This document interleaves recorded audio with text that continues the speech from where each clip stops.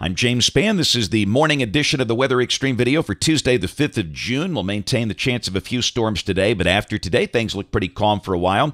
We'll check the Skycam shots around the network early this morning at the insane hour of 5 o'clock. Actually, look at the daylight out there. That's coming from Trussville. Traffic on Chalkville Mountain Road. Wouldn't it be nice if it looked like that all day out there? But up north, it is pouring rain in Huntsville, a big downpour. At 5 o'clock, big storms coming through the Tennessee Valley. And we'll check the Winston County Skycam at Haleyville, and that might be one of the places that manages to get away with no storms this morning, as we've got this big gap in the storm areas, as you'll see. Check the water vapor satellite view. Again, it's the classic northwest flow aloft. A huge amplitude in the pattern across the nation, troughing on the west coast, troughing on the east coast, ridging in between. And, of course, the hottest weather in the nation will be underneath that ridge, kind of a dirty ridge. Notice the storms that have been going on underneath that. But there's the gap we talked about. That's the radar at 524 this morning. Big storms over the Tennessee Valley from Huntsville east to Scottsboro and Fort Payne. And then down to the south, we have rain falling below Tuscaloosa. And all of that moving southeast, and if this configuration holds up, that means places like Birmingham and Jasper and Haleyville and Hamilton will miss out on the rain this morning, but other storms could form in coming hours with the surface boundary coming down this way. Thought we'd peek at temperatures this morning, and boy, it's been nice and cool up in the northeast. I noticed Boston yesterday, we're sitting at like 52 degrees at 4 o'clock in the afternoon. And around here this morning, readings are in the 60s and low 70s. Convective outlook. Today, the standard slight risk is up for about the southern half of Alabama, basically below Interstate 20. That's for additional storms that form later today ahead of this surface boundary, and like recent days, the risk will be from hail and strong straight-line winds. And tomorrow, a little bitty slight risk over the plains of northeast Colorado.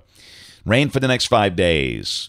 Pick up a little bit this morning, and that should be it for a while. This is valid through Saturday evening at 7 o'clock. It's beginning to look like we are going to need to mention widely scattered showers or storms this weekend, as you'll see, but nothing widespread. And the tropics, quiet as a mouse. We'll check the GFS. This is the OZ run, valid at 1 o'clock this afternoon at 500 millibars. Trough Ridge Trough, and again, down below that, we've got a surface boundary coming in from the north, and where those storms redevelop today, probably the better coverage of them should be along and south of Interstate 20 this afternoon. So I'd say for the Tennessee Valley, the rain they've got this morning should be it for the day. And then later we'll just be watching radar trends, and probably you'll begin to see that boundary somewhere near here fire by midday, and then those storms drop south. But tomorrow, pretty good chance the northern two-thirds of the state will be dry. And the weather seasonal, no really excessive heat problems. The high today, probably mid-80s, same thing tomorrow. In fact, tomorrow the GFS and the NAM are showing 86. Thursday looks dry, mid to upper 80s. And Friday, moisture tries to begin to return, but we'll leave it dry with a sunny sky and a high in the upper 80s. All right, let's check the weekend. We've got the storm track well to the north, big trough in the northwest. Winds aloft here are light. Down below that, again, the GFS tries to bring a little sliver of moisture back in here that might warrant a slight risk of a shower, but odds are very small, and for now we don't have that in the forecast. The high should be around 90. Same thing on Sunday. You might see a speck or two on radar, but they should be very isolated. High close to 90, mix of sun and clouds. So for the weekend, I think we'll be in good shape. A lot of things happening. We have the region's Charity Golf Classic at Shoal Creek. Riverfest is in Gadsden. So mostly dry, and any showers isolated. Can't say there's no chance of rain, but I don't think it'll be a big issue.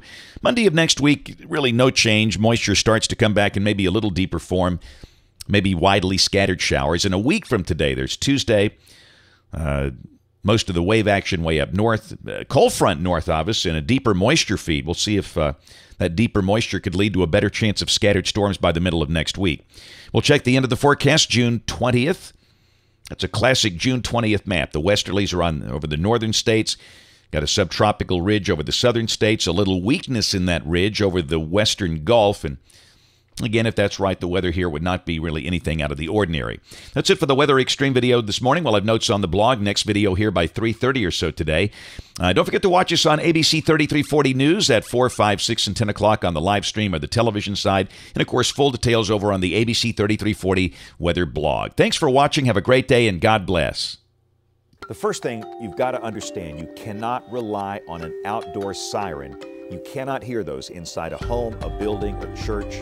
It won't work. You've got to get something inside your house. That's a weather radio or maybe a smartphone app. We work with a company that's developed a wonderful weather radio app for Android phones and iPhones. It knows where you are, and if you're in a tornado warning polygon, you get the warning. And if you're not, you don't. It's an effective device, and it's a great way to be sure you get the warning.